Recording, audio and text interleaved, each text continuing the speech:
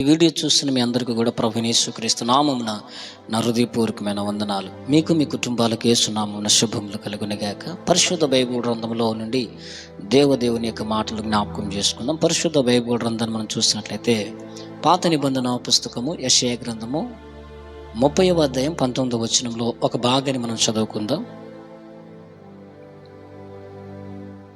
నీవిక నేమాత్రము కన్నీళ్ళు విడవవు, దేవునికి మహాదేవునికి సమస్త మహిమ కలుగునుగాక.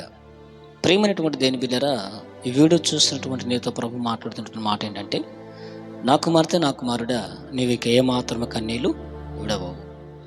నీ జీవిస్తున్నటువంటి నీ జీవిత యాత్రలో ఉన్నటువంటి భారభరితమైనటువంటి జీవితం, ఆర్థిక ఇబ్బందులు బట్టి, అప్పుల సమస్యలు బట్టి, వ్యాధిని బట్టి, రోగాన్ని బట్టి, లేకపోతే నిందలను బట్టి, అవమానాలను బట్టి, కష్ట నష్టాలను బట్టి భారభరితమైతే ఉన్నటువంటి ఈ జీవిత యాత్రలో నువ్వు ఎన్నో దినాలు, ఎన్నో రోజులు కన్నీరు కార్చినటువంటి దినాలు, కన్నీరు కార్చినటువంటి రాత్రులు, కన్నీరు కార్చినటువంటి గంటలు, కన్నీరు కార్చినటువంటి సమయములు ఎన్నో కలవు. కన్నీరు కార్చుతూ దుఃఖపడుతూ నా కన్నీరు తుడిచేవారు లేరని, నా దుఃఖమును తీర్చేవారు లేరని, నా రక్త సంబంధికులు అయిన వారు, ఆప్తులు, నా భార్య, నా భర్త, నా స్నేహితులు, బంధువులు, ఇలా అయిన వారు ఎవరు కూడా నా కన్నీరును పట్టించుకోవట్లేదని, ఎవరు కూడా నా కన్నీరును తుడవట్లేదని దుఃఖపడుతూ కుమిలి నీకు నీవే బాధపడుతున్నటువంటి సమయములు, దినములు ఎన్నో కలువు ప్రియ దేని బిడ్డరా. అయితే దేవుడు మహాదేవుడు మాట్లాడుతున్నాడు, నా కుమారుడా, నీవికి నేమాత్రము కన్నీళ్ళు విడవు, ఎందుకంటే నేను నీ కన్నీటిని చూచుచున్నటువంటి దేవుడను అని ఆయన మాట్లాడుతున్నాడు. అలనాడు మనం చూసినట్లయితే ఐగుప్తు దేశంలో 430 సంవత్సరాలు ఇశ్రాయేలు ప్రజలు బానిసలుగా ఉండి వారి మూలుగులను, వారి విజ్ఞాపనను, వారి కన్నీటిని చూసినటువంటి దేవుడు, వారి దుఃఖమును చూసినటువంటి దేవుడు. అలనాడు హన్నా దుఃఖాన్ని చూసినటువంటి దేవుడు, కన్నీటిని చూసినటువంటి దేవుడు. అలనాడు ఇదిగో హిజ్కియా మహారాజు గారి యొక్క కన్నీటిని చూసిన దేవుడు, దుఃఖంను చూసిన దేవుడు, వారి కన్నీటిని తుడిచిన దేవుడు, వారి కన్నీటిని నాట్యముగా మార్చినటువంటి దేవుడు మహాదేవుడు ఈరోజు సూటిగా స్పష్టంగా నీతో మాట్లాడుతున్న మాట, నా కుమారుడా, నీవికే నేమాత్రము కన్నీళ్లు విడవవు. ఈ వీడియో చూస్తున్న నా ప్రియ దేని బిడ్డరా, నీ జీవిత యాత్రలో, నీ బ్రతుకు యాత్రలో వస్తున్నటువంటి ఇబ్బందులు బట్టి, ఇరుకులను బట్టి, శోధన బట్టి దుఃఖపడుతున్నావా, కన్నీరు కారుస్తున్నావా, బాధపడుతున్నావా? అయితే భయపడకు. దేవుడు వాగ్దానం చేస్తున్నాడు. నువ్వు ఆయన వైపు చూసినట్లయితే ఒక హన్నవలే, ఆయన వైపు నువ్వు చూసినట్లయితే ఒక హిజ్కియా వలే, ఆయన వైపు మీరు చూసినట్లయితే దేవుడు మహాదేవుడు నీ కన్నీటిని నాట్యంగా మార్చడానికి, నీ కన్నీటిని మధురంగా మార్చడానికి ఆయన ఇష్టపడుతున్నాడు. నీ కన్నీటి యొక్క బాష్ప బిందువును తూర్చడానికి ఆయన ఆశపడుతూ ఉన్నాడు. అందుకే దేవుడు మహాదేవుడు మాట్లాడుతున్నాడు, నా కుమారుడా, నీకు నే మాత్రం కన్నీళ్ళు విడవవు. ప్రభు వైపు చూస్తావా? దేని వైపు చూస్తావా? మనుషుల వైపు కాక, అధికారుల వైపు కాక, లోకం వైపు కాక, స్నేహితుల వైపు కాక, ఇదిగో లోకం ఉన్నటువంటి మానవ బలం వైపు కాక నువ్వు దేవుని వైపు చూస్తావా? దేవుని ఆధారంగా చేసుకుంటావా?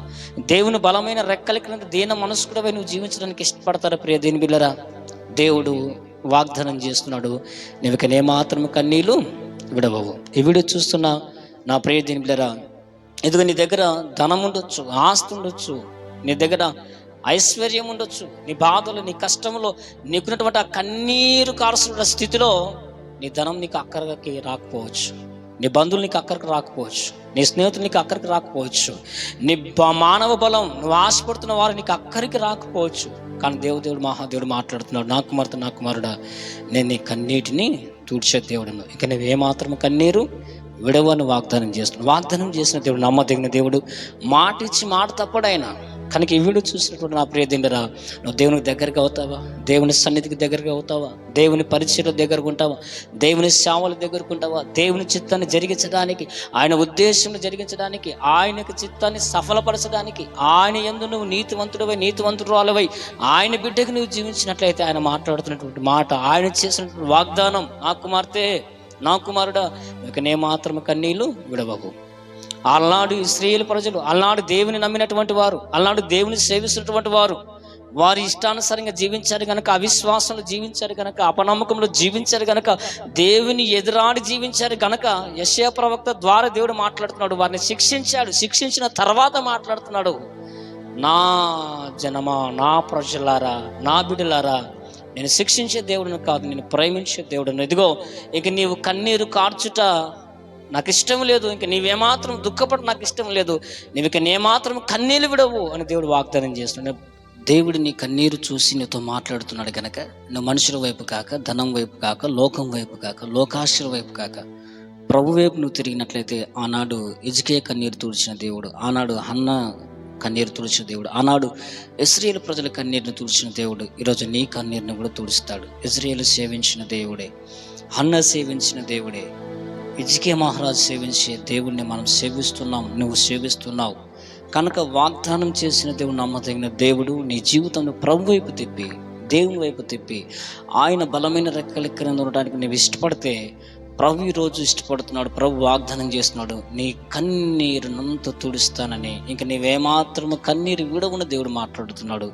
ఈ వీడియో చూసిన నీవు ప్రభు సన్నిధిలో, ప్రభు యొక్క చిత్తంలో, ప్రభు యొక్క ఉద్దేశంలో జీవించుటకు దేవుడు అటు కృప అనుగ్రహించును గాక. ఆయన వైపు చూసే కృప అనుగ్రహించును గాక. ఆయనను ఆశ్రయించి కృప అనుగ్రహించును గాక.